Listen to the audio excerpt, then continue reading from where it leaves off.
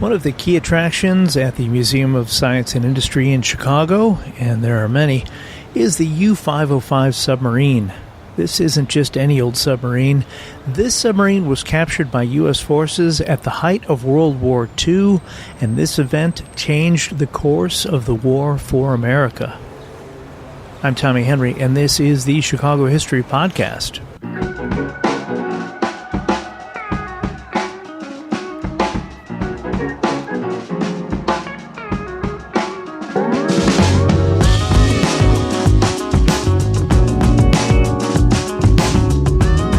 Once again, loyal listener Rich Hughes suggested the topic for this week's Chicago History Podcast. Thanks, Rich. Follow Rich, an outstanding photographer, on Instagram at Canyon Ducky with an IE. He refers to himself in his Insta bio as an expat from Colorado, but trust me, this guy is pure Chicago. His website is richhughesphotography.com. As always, if you have a topic you'd like me to consider for a future episode, send me an email at chicagohistorypod@gmail.com. You can also record a voice message by going to chicagohistorypod.com and clicking on the microphone in the lower right corner. To explain the U-505 submarine and its importance, we first need a very abridged version of World War II and how this sub came under U.S. control. On September 1st, 1939, Germany's Adolf Hitler invaded Poland. In defense of Poland, 2 days later, France and Great Britain declared war on Germany. Unfortunately, the German advance was so overwhelming, Poland surrendered just 2 weeks after the invasion. In 1940, using a style of war called Blitzkrieg or Lightning War, German troops utilized surprised air attacks along with fast-moving forces to dominate its foes. By the middle of summer, France, Belgium, Luxembourg, Norway, Denmark, and the Netherlands had all surrendered. By July 1940, Britain became a prime focus of Hitler's attacks. The German Air Force, called Luftwaffe, went after Britain's Royal Air Force's airfields, followed by a total blockade preventing crucial supplies from entering the country. After Britain sustained the loss of 11 destroyers to the German Navy over a 10-day period that same month, newly appointed Prime Minister Winston Churchill requested help from U.S. President Franklin Roosevelt. FDR responded by exchanging 50 destroyers for 99-year leases on British bases in the Caribbean and Newfoundland. On September 27, 1940, Germany, Japan, and Italy signed something called the Tripartite Act, and in doing so, joined forces to create the Axis powers. U.S. President Franklin Delano Roosevelt signed the Lend-Lease Act on March 11, 1941, which authorized U.S. ships to carry supplies across the Atlantic Ocean to Britain and other countries fighting the Axis powers. While Hitler had ordered his forces to destroy supply lines to Britain, he expressly forbade any attacks on American ships. Hitler's goal was to keep the U.S. out of the war for as long as possible. One day after Japanese planes and submarines carried out an attack on the U.S. naval base at Pearl Harbor on December 7, 1941, the U.S. declared war on Japan. On December 12, 1941, Germany and Italy declared war on the U.S., and just like that, the Atlantic Ocean was no longer safe for American ships. Some of the most consistently aggressive attacks on supply ships came from German U-boats, ships designed to spend most of their time above water. When a target was spotted, the U-boats would submerge and fire torpedoes, shredding the hulls of passenger and supply ships, sending them to the ocean floor.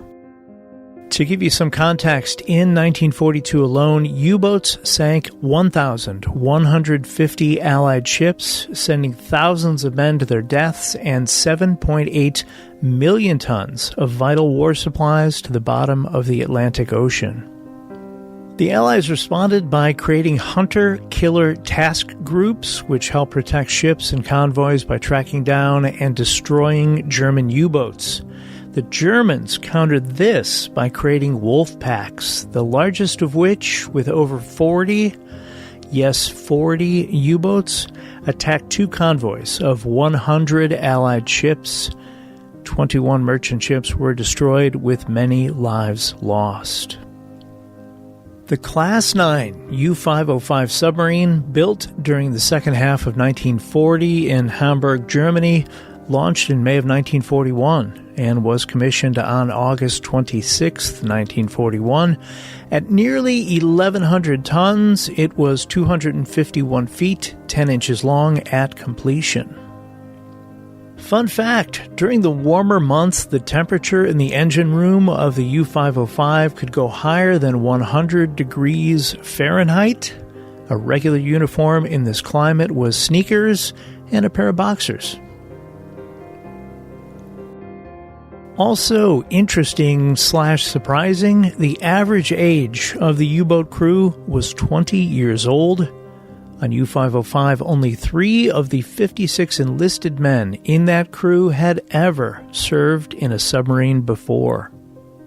In May of 1944, to combat the continuing onslaught of German Wolfgang packs, a new hunter-killer task group, 22.3, was formed. It consisted of a small anti-submarine escort carrier named the USS Guadalcanal, supported by 5 light destroyer escorts, the USS Charlatan, the USS Flaherty, USS Jenks, USS Pillsbury, and USS Pope. All totaled, there were 800 men on these ships. Heading up Task Group 22.3 was Captain Daniel V. Gallery, Jr., who had success in January of 1944 as leader of USS Guadalcanal in Task Group 21.12, which sank 3 German submarines. It was Gallery who first conceived of the idea of capturing a U-boat. More on that in a bit. Chicago connection. Daniel Gallery attended St. Ignatius High School, now known as St. Ignatius College Prep, on the near west side / Little Italy in Chicago, prior to his appointment to the U.S. Naval Academy in 1917. Gallery also wrestled for the U.S. in the 1920 Olympic Games in Antwerp, Belgium. Although it was credited with sinking 8 Allied ships early in the war, the German sub U-505 suffered repeated damage while on patrols, malfunctions that may have been caused by sabotage, and had the additional distinction of the suicide of its second commanding officer. That officer shot himself while on board the sub while it was being attacked with depth charges, powerful explosive devices dropped into the water to damage submarines.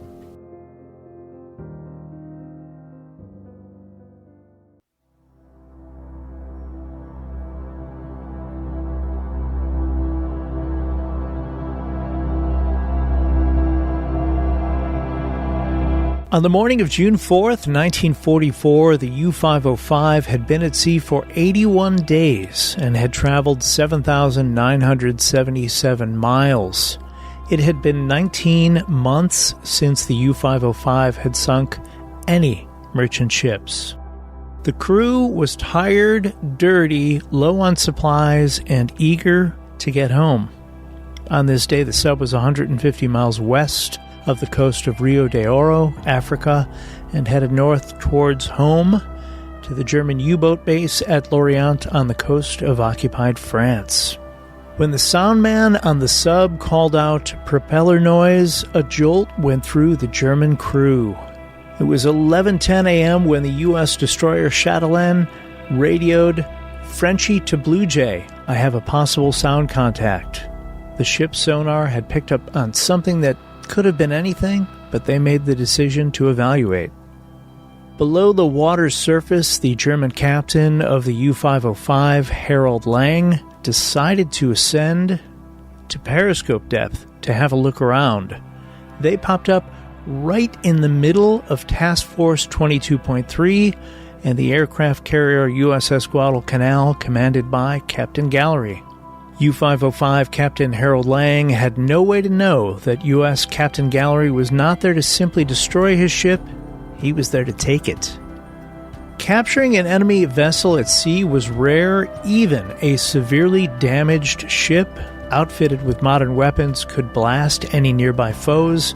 Submarine captains were also trained to scuttle, meaning deliberately sink ships to keep them from falling into enemy hands. To U.S. Captain Daniel Gallery, this may have been the day he had been anticipating and the one for which he had been training his men so relentlessly, the chance to board and capture a U-boat. The U-505 fired one torpedo which did not strike any target before the pilot of an F-4 Wildcat fighter plane from the USS Chatelaine spotted the sub's dark silhouette in the water.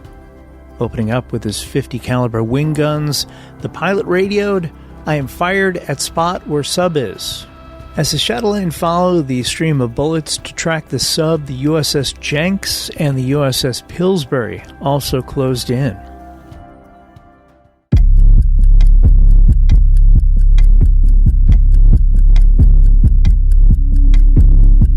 At 11:21 a.m., the Chatelaine dropped 12 standard depth charges. All exploded, spraying geysers of water all over the deck of the ship.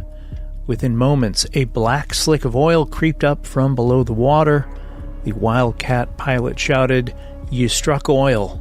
Below the water, in the sub, the crew had heard what sounded like a chain being dragged across the hull, later realizing it was the sound of the Wildcat fighter's plane's bullets striking the outer deck. When the depth charges exploded, they blew out the lights and jammed the rudder. Water began to flood the aft torpedo room. The Germans' air supply, already low, dropped to almost nothing. The captain gave the order to surface. The Wildcat pilot called out, "Sub is surfacing." The U-505 rose from the depths nose first, with water cascading off its gray skull like a whale. Nearby U.S. ships hammered the sub with machine gun and anti-aircraft fire, but Captain Gallery had ordered no heavy stuff. They merely wanted to cripple the U-505, not destroy it. With the hatch open, German sailors began to jump over the side of the sub, some with and many without life rafts. Captain Harold Lang was hit at the knees by a volley of bullets as he guided others out of the hatch. With its engine still running and its rudder stuck, the sub moved steadily toward the right, turning toward the USS Chatelaine. Fearing the sub was attacking, the captain of that vessel, Lieutenant Commander Dudley S. Knox, fired a torpedo at the sub. Captain Daniel Gallery radioed, "Blue Jay to Blondie, I want to capture this bastard if possible." The torpedo missed its mark. Aboard the sub, a few remaining members of the crew, including Petty Officer Hans Gobler, scrambled to set charges using timers to blow up the sub. He and another crewmate worked to open a stuck diving valve to flood the submarine in case the charges did not go off. If they were able to open it, the sub likely would have sunk in less than 1 minute. Fortunately for U.S. forces, no amount of strength would get it open.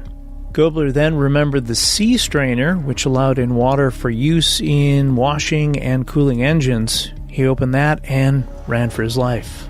The ship now closest to the wounded submarine was USS Pillsbury. Aboard that ship was Zenon Lukosius, a motor machinist's mate first class from Chicago, and the son of Lithuanian immigrants who joined the Navy in 1940. Luke, as he was known, had gotten married just 5 weeks earlier. He was part of the 12-man crew aboard the Pillsbury, trained to board subs. At 11:28 a.m., it appeared all Germans had jumped off the sub, and an order came down to cease firing. For the first time since 1815, when American soldiers with flintlock pistols and swords climbed aboard a British man-of-war ship, the cry, "Away, boarders!" echoed through the air. Leading the boarding party from the USS Pillsbury was Lieutenant Albert L. David, the engineering officer. He and his crew quickly went to work disabling anything that might detonate and destroy the sub. His team also found the captain's quarters. Grabbing the German captain's charts, they smashed open some lockers and hit pay dirt. German code books. Xenon Leucosius, or Luke, heard water running. When he went to investigate, he found the open sea strainer. Water was not rushing in like a fire hydrant. It was more like a kitchen tap left running. He found the cap for the strainer about the size of a hubcap and got it into place. The water stopped. A few of the crew dug around the ship looking for souvenirs and took away guns and even a pair of binoculars. Above the water, on the surface, whaleboats from the USS Jenks and Chatelaine were picking up German sailors. At 12:45, roughly an hour and a half since the first contact, the Pillsbury moved up to prepare to tow the U-505.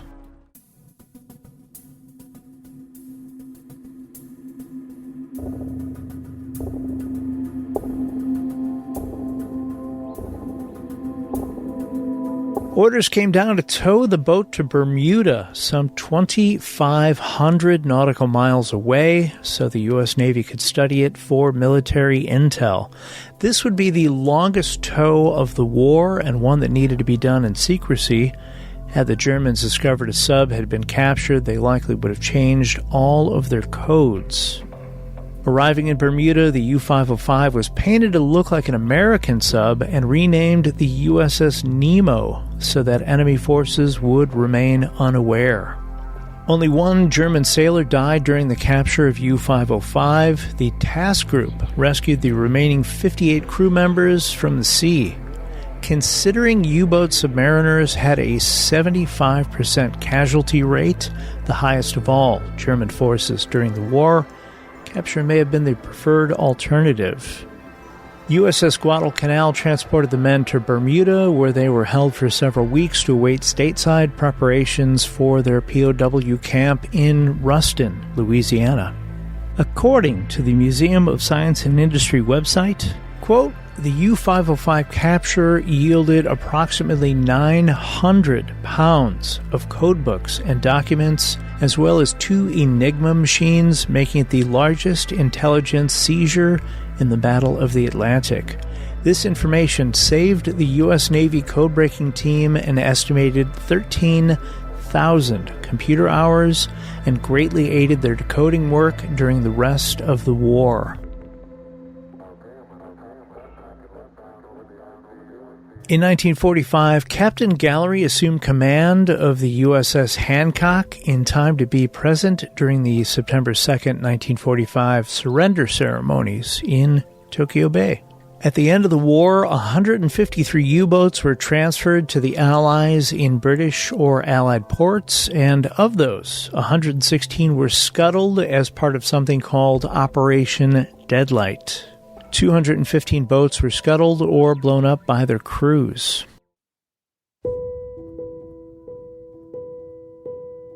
While there was talk of the U-505 being used for naval exercises, Captain Daniel Gallery's brother, Father John Ireland Gallery, was the one who first suggested bringing the U-505 to Chicago as a war memorial.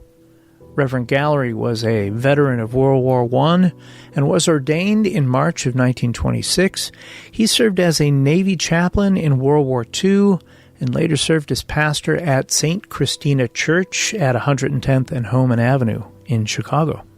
Crazy fact, at the time that Father Gallery mentioned the idea of bringing the U-505 to the Museum of Science and Industry, the museum already had a file filled with repeated requests to the U.S. Navy for an obsolete submarine for display dating back 24 years.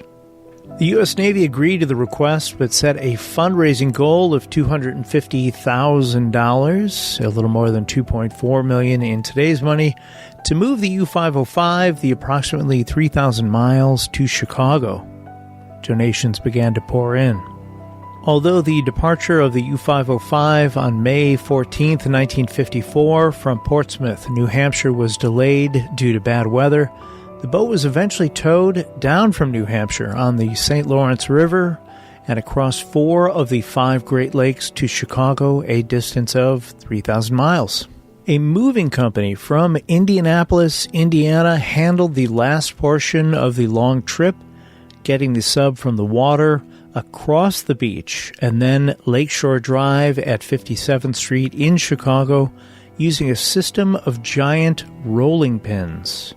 This was completed in 8 hours and 55 minutes. According to the article in the September 4th, 1954 Delphos Courant newspaper from Ohio, while 15,000 were on hand at the beginning of this unusual process, only 400 were on hand when the 1,100-ton U-505 reached its destination at 3:55 a.m.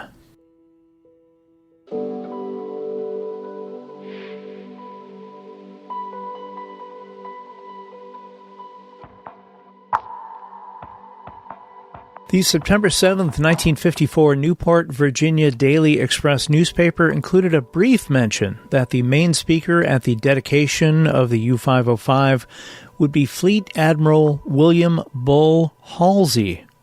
For you Paul McCartney fans, that is indeed the Admiral Halsey Paul McCartney sang about in Uncle Albert, Admiral Halsey on his Ram album. Also scheduled to be part of the ceremony were members of the Navy boarding party responsible for capturing the sub. That same week, the sub was to be moved its final 350 feet to the permanent cradle made of reinforced concrete next to the Museum of Science and Industry. At a 1964 reunion at the Museum of Science and Industry, Daniel Gallery gave German Captain Harold Lang his binoculars back. When Lang died in 1967, Lang's wife donated them to the U-boat archives in Germany, where they are on display today. They are the only set of U-505 binoculars not in the Museum of Science and Industry's collection. Rear Admiral Daniel Vincent Gallery died in 1977 at the age of 75 and is buried at Arlington National Cemetery. In 1981, the USS Gallery was commissioned, named after Daniel Gallery and his brothers Philip and William, all three of whom served in World War II. Memorial Day weekend, 1989, nearly 45 years after the capture of the U-505, a group of U.S. Navy veterans and former crewmen from the U-505 met at the Museum of Science and Industry in Chicago to rededicate the newly renovated sub. In front of a crowd of 150 veterans and their families, retired Admiral Earl Tracino, 76, of Springfield, Pennsylvania, one of the boarding party during the capture, said, quote, "They lost and we won, but we've become good friends. Many of the men in this engagement, both American and German, have been transferred to another realm by our Supreme Commander, but we must remember and honor them, for they will always be part of us." Many of the American sailors who attended had been assigned to various ships that surrounded the sub as it was towed to Bermuda. Two of the captured German sailors flew in from Europe for the event. A third, 65-year-old Hans Gobler, had a shorter trip from Elkhart, Indiana, less than a 2-hour drive.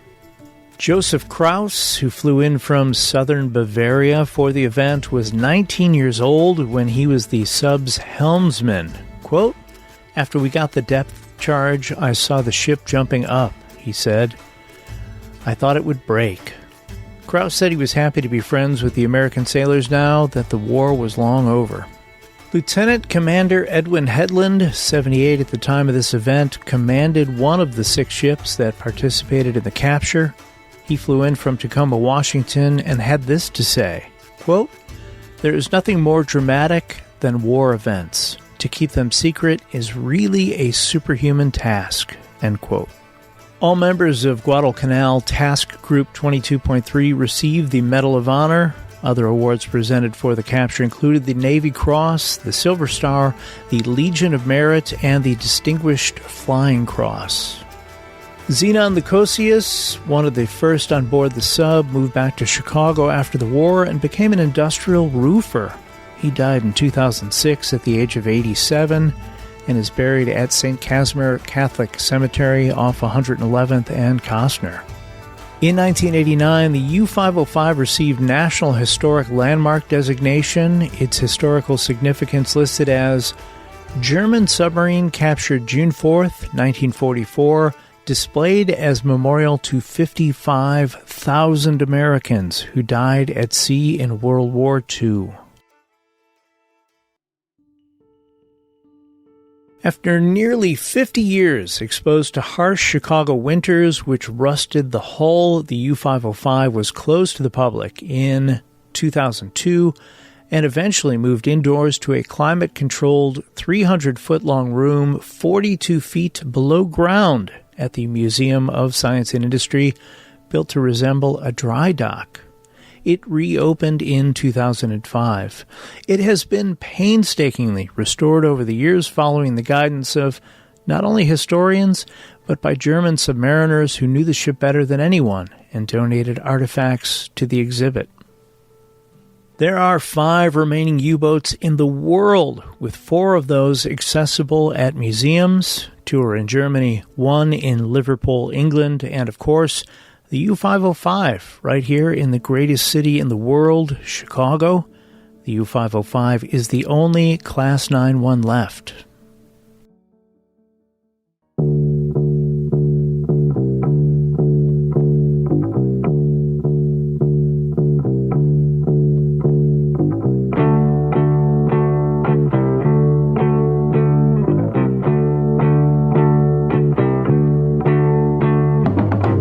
Thank you for listening to today's episode about the U-505 German submarine in Chicago. While Chicago museums have not been able to consistently remain open due to safety procedures, you can take a virtual tour of the U-505. I'll have links in the description to this episode. Feel free to reach out if you have any questions about anything covered today or anything to add. My email is chicagohistorypod@gmail.com. I will have plenty of pictures and news clippings related to this story on Instagram, Facebook, and Twitter. Check it out and give us a follow. The Chicago History Podcast logo and the art used on the social media pages was created by John K. Schneider. Thanks, Johnny. He can be found at angeleyesartjks on Instagram or via email at angeleyesartjks@gmail.com. We'll be back next week with another chapter in Chicago's history. Until then, get out and explore when possible, especially museums. Learn more about whatever city you live in, and stay safe.